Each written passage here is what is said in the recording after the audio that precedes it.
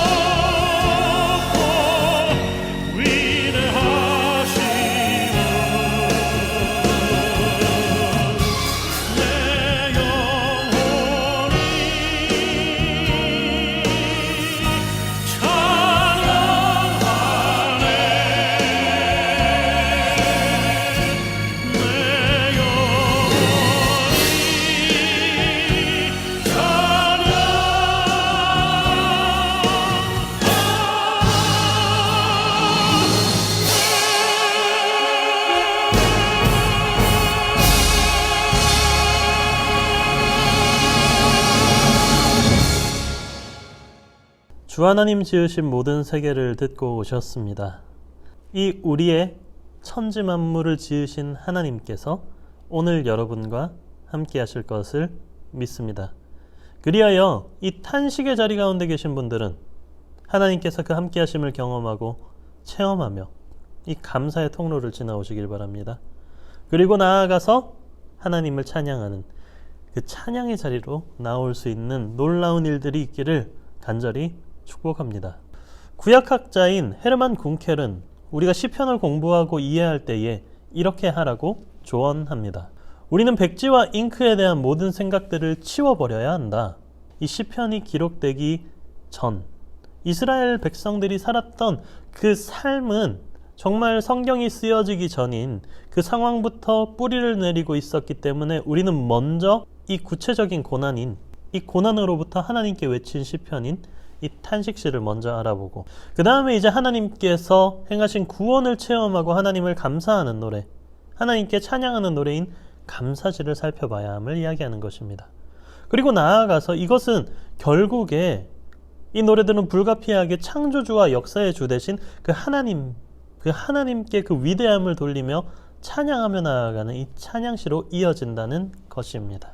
우리 시편 98편은 이스라엘을 의롭게 하시는 분인 그 하나님에 대한 삶 속에서의 찬양이 또한 이 땅의 모든 주민들과 방대한 자연의 모든 영역이 함께 예배 드릴 때 부르는 이 새 노래를 이 노래함으로써 옮겨갈 수 있는 좋은 모습을 보여줍니다. 시편 98편 말씀입니다. 새 노래로 여호와께 찬송하라. 그는 기이한 일을 행하사 그의 오른손과 거룩한 팔로 자기를 위하여 구원을 베푸셨음이로다. 여호와께서 그의 구원을 알게 하시며 그의 공의를 문 나라의 목전에서 명백히 나타내셨도다. 그가 이스라엘의 집에 베푸신 인자와 성실을 기억하셨으므로 땅끝까지 이르는 모든 것이 우리 하나님의 구원을 보았도다. 아멘. 이 시에서 이스라엘의 역사에서 체험한 그 자신을 역동적으로 드러내는 그 하나님이 우리의 하나님이라는 이 찬양은 일반적이고도 묘사적인 창조주가 되시며 하나님께서 온 땅의 주가 되시는 그 하나님을 찬양하는 것으로 확대되고 있습니다. 우리는 이제 이 찬양시의 양식과 정황에 대해서 살펴보도록 하겠습니다. 찬양시는 간단하게 말해서 자연과 역사 속에 나타나신 하나님, 특히 이스라엘의 역사 가운데 나타나신 그 하나님의 위대함을, 놀라움을 찬양하는 노래라고 말할 수 있습니다. 그리하여서 이스라엘 사람들의 찬송은 여호와의 활동이 이스라엘의 이제 생애와 깊이 관련되어 있음을 강조하면서 보여주고 있습니다.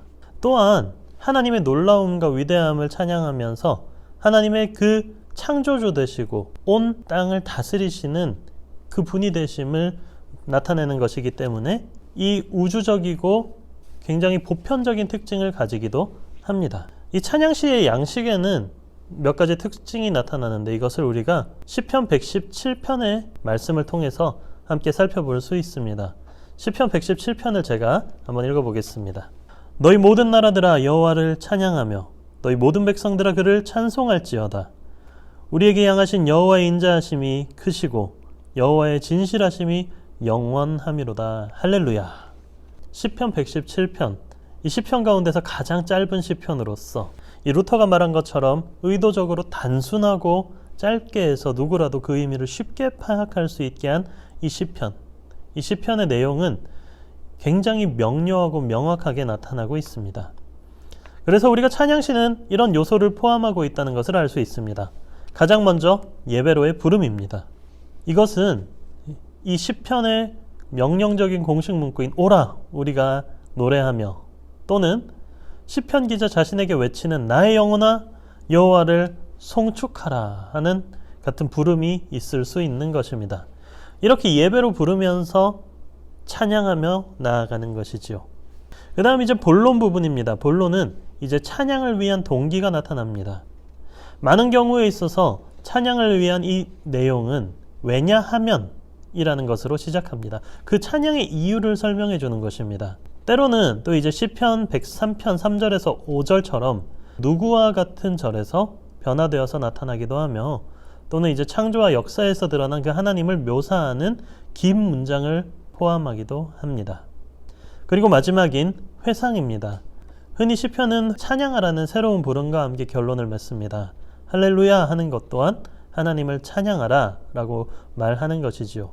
이리하여서 시작에서 타종된 어조를 다시 한번 메아리치게 하는 이 반복됨을 나타내고 있습니다.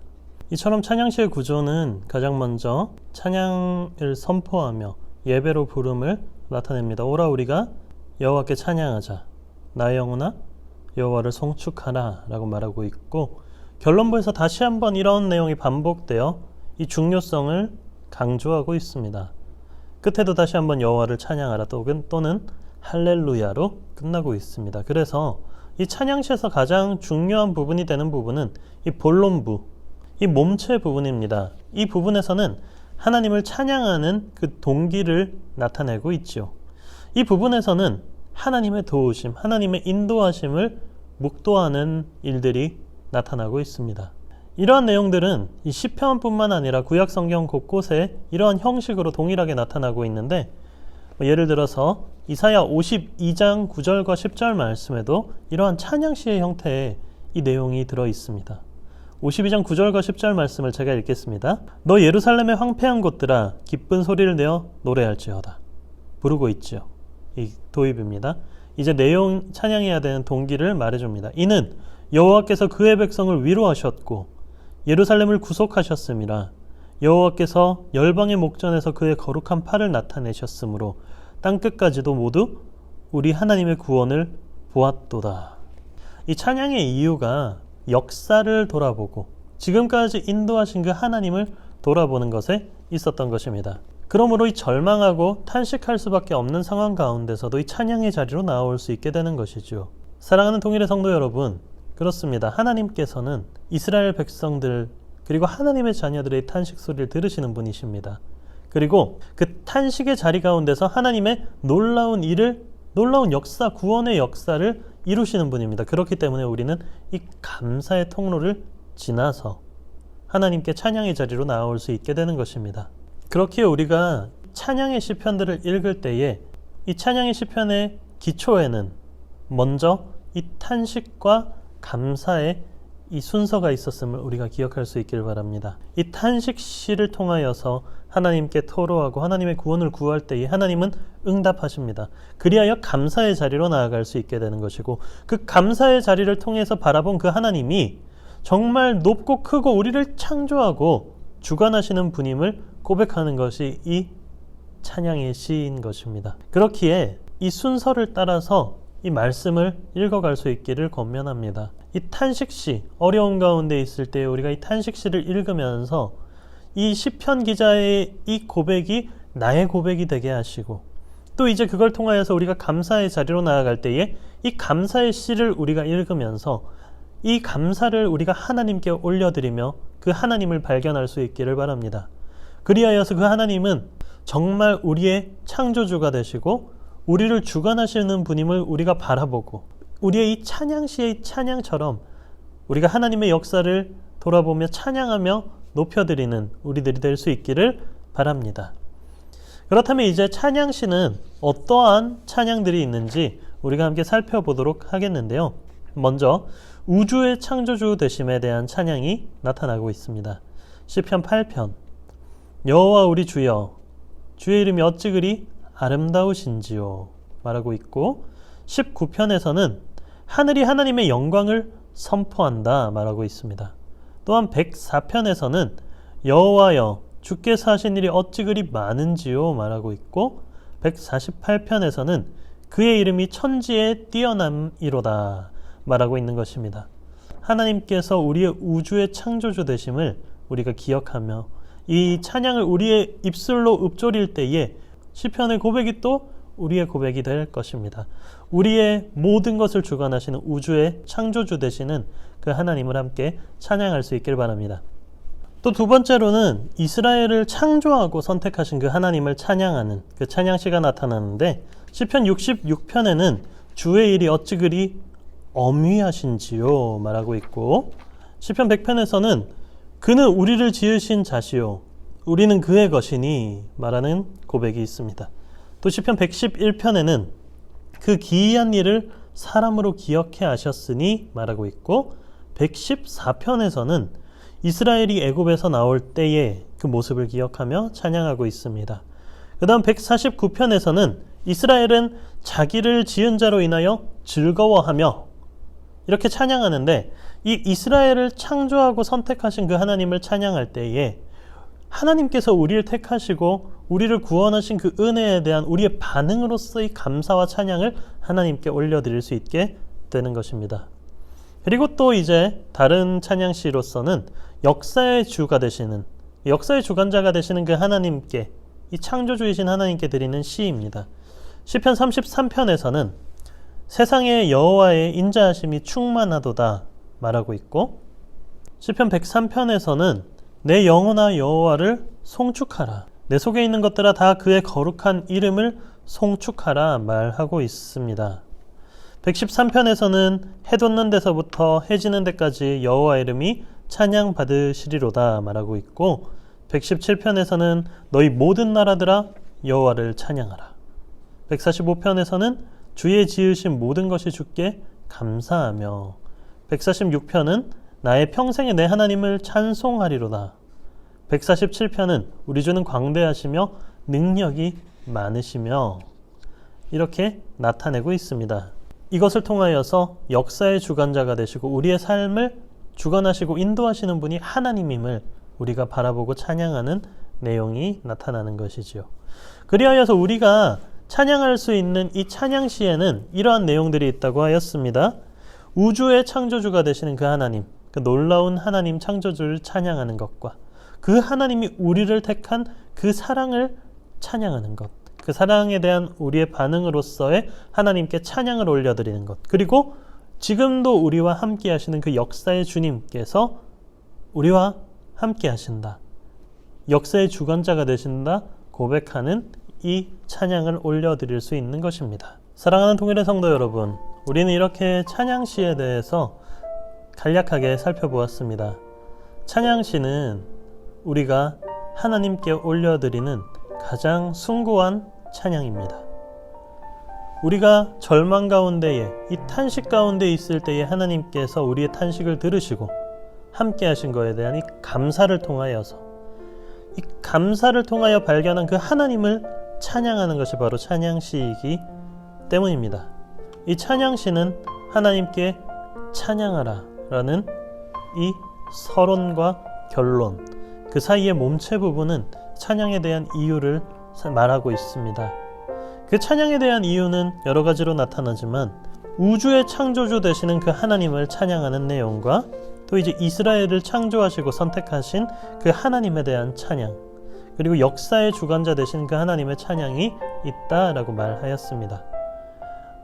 이 찬양의 시가 오늘 우리의 고백이 될 수 있기를 원합니다. 우리의 이 찬양들을 읊조릴 때에 우리의 찬양이 하나님께 상달될 것입니다. 사실 우리도 하나님께 찬양할 것이 굉장히 많지요. 우리의 탄식을 들으시고 우리를 위하여 일하시는 그 하나님 때문입니다. 그리하여 우리가 감사의 자리로 나왔을 때에 우리가 하나님이 어떤 분인지 알게 하시고 고백하게 하십니다. 하나님은 온 우주를 창조하신 그 창조주이시고, 또 그 가운데서 우리를 하나님의 자녀로 택정하신 하나님 놀라운 사랑을 우리에게 보여주셨습니다. 그리고 그 하나님께서 오늘도 우리와 함께 하십니다. 세상 끝날까지 너희와 함께 하리라 말씀하신 그 하나님의 말씀을 기억하면서 우리가 하나님을 더욱더 숭고하게 찬양하며 나아갈 수 있길 원합니다. 하나님은 우리의 찬양 받으시기에 합당하신 분이고, 우리를 위하여서 모든 것 예비해 주셨으니 우리는 하나님을 의지하며 동행하며 살아갈 수 있기를 간절히 바랍니다. 우리 함께 기도하겠습니다. 하나님 감사합니다. 오늘로 우리가 찬양 시편을 배우게 하셨습니다.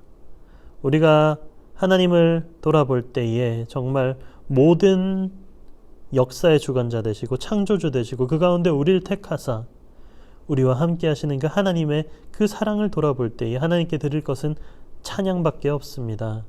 아버지, 우리가 전심을 다한 찬양을 하나님께 드리오니 주님 기뻐 받아주시옵소서. 우리가 이 찬양 시편들을 더욱더 가까이하고 우리의 입술로 읊조리면서 하나님께 온전한 찬양, 신령과 진정으로 드리는 찬양을 하나님께 드리게 하여 주옵소서. 이 모든 말씀 거룩하신 예수님 이름으로 기도합니다. 아멘. 오늘 강의 들어주셔서 감사합니다. 수고 많으셨습니다. 그럼 저희 다음 주에 뵙겠습니다.